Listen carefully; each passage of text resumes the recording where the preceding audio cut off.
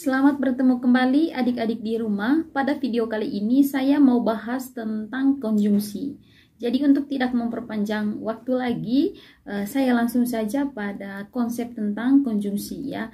Jadi konjungsi ini adik-adik adalah kata yang bertugas untuk menghubungkan antara satu kata dengan kata yang lainnya. Nanti kita lihat betul ya.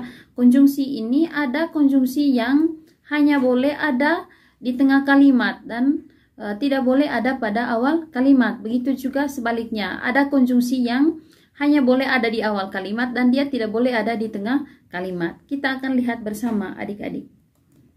Oke, sebelum kita bahas jenis-jenis konjungsi itu, saya mau jelaskan dulu apa fungsi dari konjungsi ya.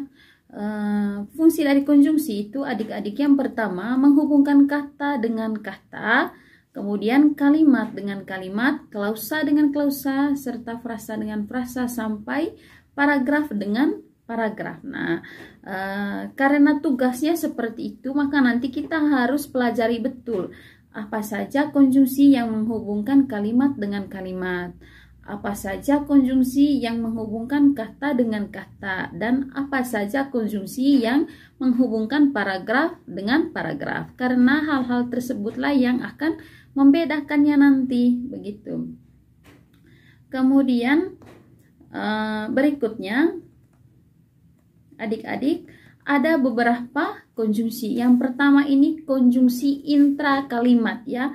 Konjungsi intrakalimat ini adik-adik kata penghubung yang ada di dalam suatu kalimat ya. Konjungsi intrakalimat itu dia hanya ada di dalam satu kalimat gitu. Kita lihat itu ada 3 jenis ya. Yang pertama konjungsi koordinatif ya, konjungsi koordinatif. Kemudian yang kedua itu konjungsi subordinatif. Kemudian yang ketiga itu adalah konjungsi korelatif ya. Itu dia jenis-jenis dari konjungsi intrakalimat. Kemudian mari kita dengarkan penjelasannya. Untuk konjungsi koordinatif ini tadi adik-adik, kata penghubung yang digunakan untuk mengaitkan antara dua klausa ya, dua klausa yang memiliki kedudukan yang sama atau setara begitu. Nah, apa itu klausa? Ya, itu lagi ya. Nah, di dalam satu klausa ini adik-adik, klausa itu sama dengan kalimat tunggal ya. Jadi di dalam satu klausa itu ada subjek dan ada predikat.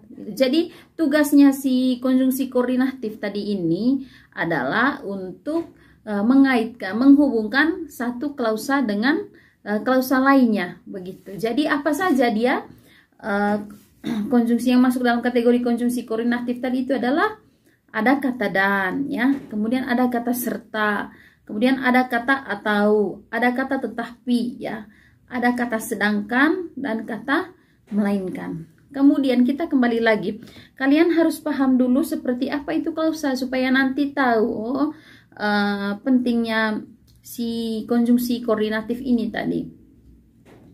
Nah, pada intinya bahwa adik-adik klausa ini ciri utamanya itu adalah ada subjek, ada predikat. Seperti yang saya bilang tadi bahwa klausa ini dia seperti atau dia sama dengan kalimat tunggal ya. Di dalamnya itu ada subjek, ada predikat begitu. Misalnya begini, saya makan dan dia menyapu. Saya makan ini, saya itu adalah subjek ya. Kemudian makan itu predikat. Kemudian itu klausa satunya. Nah, dihubungkan dengan dihubungkan dengan konjungsi koordinatif dan ya. Saya makan dan dia menyapu begitu. Dia menyapu ini, dia ini subjek 2, menyapu ini predikat 2. Artinya begini, itu klausa 2-nya, dia menyapu ya. Saya makan klausa 1, dia menyapu klausa 2, dan dihubungkan dengan konjungsi dan tadi ya. Oke. Kalau tidak paham tanya, oke? Kemudian adik-adik, konjungsi subordinatif ya. Konjungsi subordinatif ini merupakan jenis kedua pada konjungsi intrakalimat ya. Konjungsi subordinatif ini kata penghubung yang digunakan untuk mengaitkan antara dua klausa atau lebih yang kedudukannya tidak setara ya. Yang kedudukan di dalam kalimatnya itu tidak setara ya. Misalkan gini. Atau dengan kata lain bahwa konjungsi jenis ini digunakan untuk menghubungkan kalimat bertingkat adik-adik ya, bukan kalimat setara. Kalau tadi itu yang koordinatif itu untuk kalimat setara, sekarang untuk kalimat yang bertingkat begitu.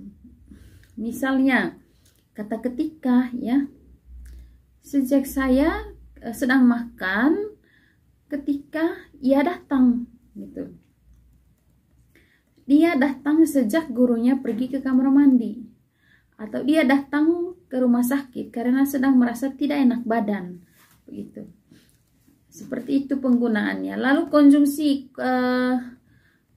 korelatif. Konjungsi korelatif ini adalah kata penghubung yang digunakan untuk menggabungkan dua atau lebih kata ya, klausa atau frasa, di mana kedua kata yang dihubungkan sama-sama subjek. Jadi konjungsi pada jenis ini digunakan di depan kalimat dan di tengah kalimat sehingga kalimat saling berhubungan ya. Misalnya konjungsinya itu bukan A melainkan B ya, bukan aku melainkan dia ya. Jangankan saya, dia pun ya, jangankan titik-titik pun. Tidak hanya titik-titik, bahkan tidak hanya A, bahkan B gitu.